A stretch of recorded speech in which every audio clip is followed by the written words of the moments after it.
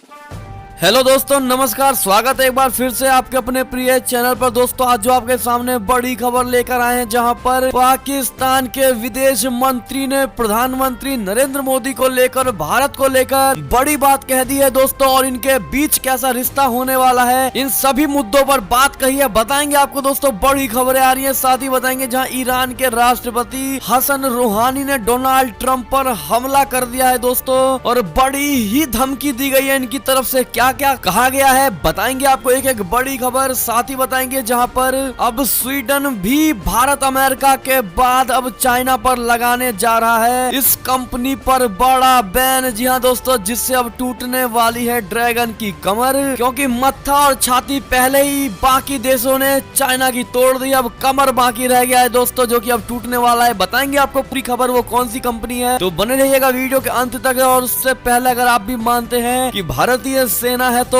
भारत के लोगों, भारतवासियों को डरने की जरूरत नहीं, और मोदी जी है तो हर चीज मुमकिन है। तो इस वीडियो को भी कर दीजिए लाइक, चैनल को कर दीजिए सब्सक्राइब, बेल आइकन दबाइए, साथ ही कमेंट बॉक्स में लिख दीजिएगा जय हिंद। जी हाँ दोस्तों, तो अब चलते हैं पहली और सबसे बड़ी खबर की तरफ, जहां डीआरडीओ के हाइपरसोनिक मिसाइल प्रोग्राम को मिल गया है ऐसा बूस्ट, सुपर मिलिट्री पावर बन जाएगा अब अपना भारत। जी हाँ दोस्तों, बड़ी अच्छी खबर, जहां भारत के हाइपरसोनिक मिसाइल विकास कार्यक्रम को गति देने के लिए बीते 19 दिसंबर को एक नई अहम सुविधा हासिल हुई है। हैदराबाद में रक्षा अनुसंधान एवं विकास संगठन की प्रयोगशाला में एक नए हाइपरसोनिक विंड टनल का उद्घाटन रक्षा मंत्री राजनाथ सिंह ने कर दिया है, जहां पर आवाज से 5 से 12 गुना अधिक गति वाली रॉकेट प्रणालियों का परीक्षण किया जा सकता है। ऐसी सुविधा अब तक केवल रूस और अमेरिका ने ही विकसित की है, और भारत में इसका विकास पूरी तरह भारतीय औद्योगिक और वैज्ञानिक क्षमता के आधार पर किया गया है। इस सुविधा का इस्तेमाल हाइपर प्लेन जैसी अत्यधिक जटिल अंतरिक्ष व हमलावर मिसाइल प्रणालियों के विकास में किया जा सकता है। जी हाँ दोस्तों, दुश्मन के ठिकानों पर मिसाइल से अचूक हमला करने की भारत की क्षमता में इस सुविधा की वजह से बेमिसाल होने वाली है। ऐसे में दोस्तों ये बड़ी खबर थी भारत को लेकर, जहां भारत अब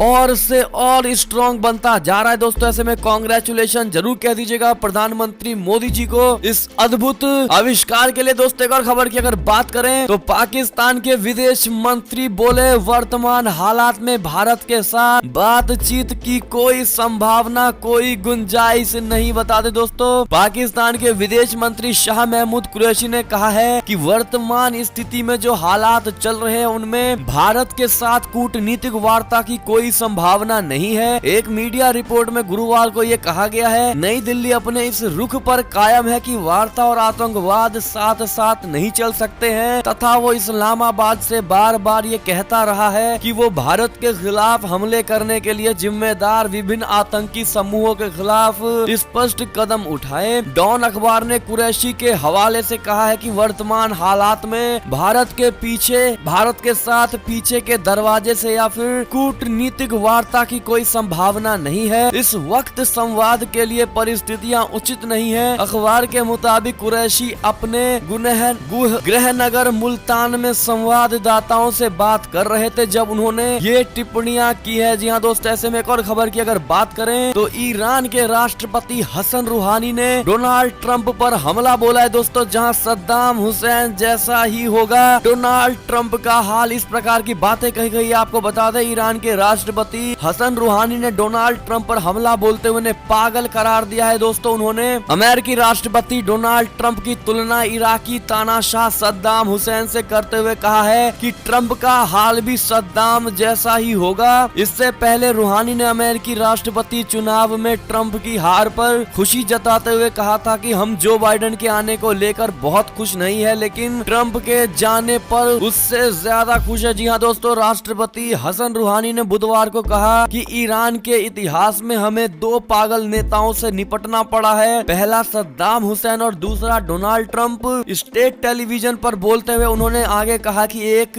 ने ईरान को सैन्य युद्ध में धकेला और दूसरे ने हम पर आर्थिक युद्ध थोपा है। हालांकि दोनों ही युद्ध में हम विजयी रहे। रूहानी ने कहा कि सद्दाम को उसके अपराधों की सजा मिली थी और डोनाल्ड ट्रंप के साथ भी ऐसा ही होगा। ऐसे में दोस्तों आपको क्या लगता है, क्या अमेरिका सद्दाम हसन रूहानी के इस बात का जवाब जवाब देगा दोस्तों, हाँ या ना। अगर आपको कोई सुझाव देना है इस खबर को लेकर तो कमेंट करके जरूर बताइएगा। एक और खबर की बात करें तो अब स्वीडन ने की है चाइना पर स्ट्राइक, जहां जनता की राय को जानकर हुआवे पर लगाया गया है बैन, जिससे टूटेगी अब ड्रैगन की कमर। जी हाँ दोस्तों, चाइना को एक और तगड़ा झटका लगा है। इस बार स्वीडन ने उसे आर्थिक चोट पहुंचाते हुए साफ कर दिया है कि 5G नेटवर्क तैयार करने के लिए वो चीनी कंपनी को कॉन्ट्रैक्ट नहीं देगा। चीन की कंपनी हुआवे इस दौड़ में सबसे आगे मानी जा रही थी। बीजिंग हुआवे के दम पर दुनिया भर के टेलीकॉम सेक्टर में दबदबा बनाने की कोशिशों में जुटा हुआ है, लेकिन भारत सहित कई देशों को अब ये समझ आ गया है कि चीनी कंपनियों के साथ समझौता हर लिहाज से खतरनाक है, इसलिए एक के बाद एक देश उसे झटका देते जा रहे हैं। जी हाँ दोस्तों, स्वीडन ने दो टूक शब्दों में कहा है कि उसके पास जरूरी सुविधाएं और इंफ्रास्ट्रक्चर मौजूद है, लिहाजा वो चीनी कंपनी हुआवे को ठेका देने के बजाय अब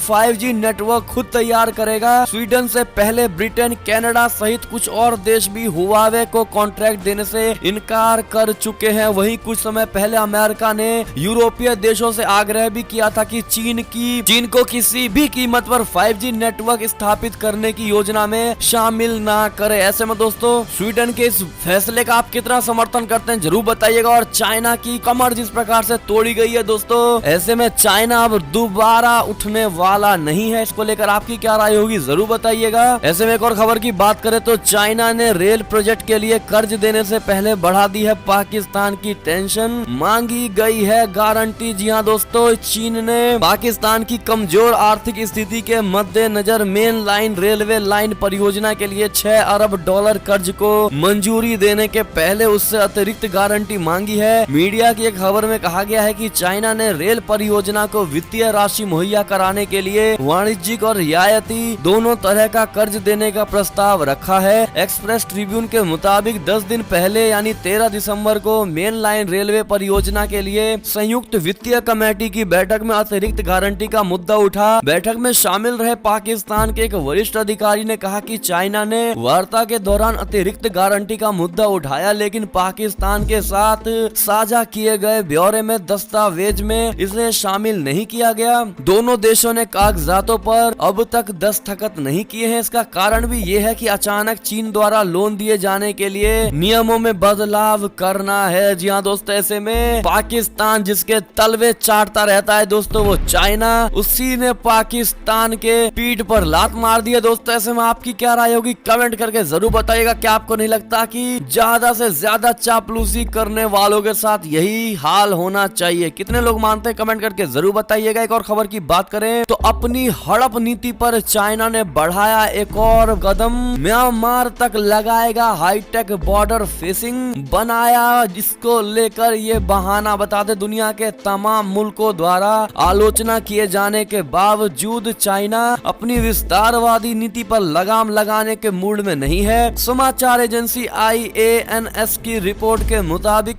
चाइना ने अब दक्षिणी सीमा पर 2000 किलोमीटर की उच्च तकनीक वाली बॉर्डर बाड़ बनाने की योजना बनाई है, जिसका विस्तार म्यांमार तक है। दोस्तों, चाइना इसके लिए एक अजीब तर्क भी दे रहा है। उसका ये कहना है कि इस बाड़ में से सीमा पार से होने वाली अवैध घुसपैठ को रोककर कोरोना वायरस के फैलने पर अंकुश लगाया जाएगा। चाइना के इस कदम पर म्यांमार ने नाराजगी भी जताई है। जी हाँ दोस्तों, तो वहीं म्यांमार की सेना ने भी चाइना पर साल 1961 में हुए सीमा समझौते के उल्लंघन का आरोप लगाया है। म्यांमार की सेना ने उत्तरी शान में कंटीले बाढ़ के एक तरफा निर्माण पर आपत्ति जताते हुए इस बारे में चाइना अधिकारियों को लिखा है। म्यांमार की मीडिया के मुताबिक सेना ने चाइना को आपत्ति पत्र भी भेज दिया है। आपको बता दें, उसमें सेना ने कहा है कि हमने चीन म्यांमार सीमा यानी चाइना म्यांमार बाउंड्री पर साल 1961 की संधि के आधार पर आपत्ति जताई है। यही नहीं दोस्तों, म्यांमार के विदेश मंत्रालय ने भी इस बारे में चीनी सरकार के सामने अपनी शिकायत दर्ज कराई है। समाचार एजेंसी IANS ने अपनी रिपोर्ट में कहा है कि सीमा बाढ़ को लेकर इन नए विवाद के चलते अब दोनों देशों ने बातचीत करने की योजना भी बना ली है। जी हाँ दोस्तों, अब ऐसे में देखना ये होगा कि म्यांमार किस प्रकार से दोस्तों एक्शन लेता है और अन्य देश मिलकर भी म्यांमार का साथ देते हैं या नहीं दोस्तों, और चाइना को किस प्रकार से घेरा जाएगा। इन सभी तरह की खबरों को जानने के लिए बने रहिएगा वीडियो के साथ हमारे दोस्तों, और आगे भी देखने के लिए इस चैनल को सब्सक्राइब जरूर कर लीजिएगा। और ये थी अब तक की सारी बड़ी खबरें। आपको हमारी खबरें कैसी लगी? आशा करता हूँ काफी अच्छी लगी होगी। अगर जरा भी अच्छी लगी है तो इस वीडियो को अपने भाई बंधुओं में व्हाट्सएप, फेसबुक, ट्विटर के जरिए हर बार की तरह शेयर करना बिल्कुल मत भूलिएगा दोस्तों। और अभी कर दीजिए इस वीडियो को लाइक, चैनल को कर दीजिए सब्सक्राइब, बेल आइकन दबाइए, साथ ही कमेंट बॉक्स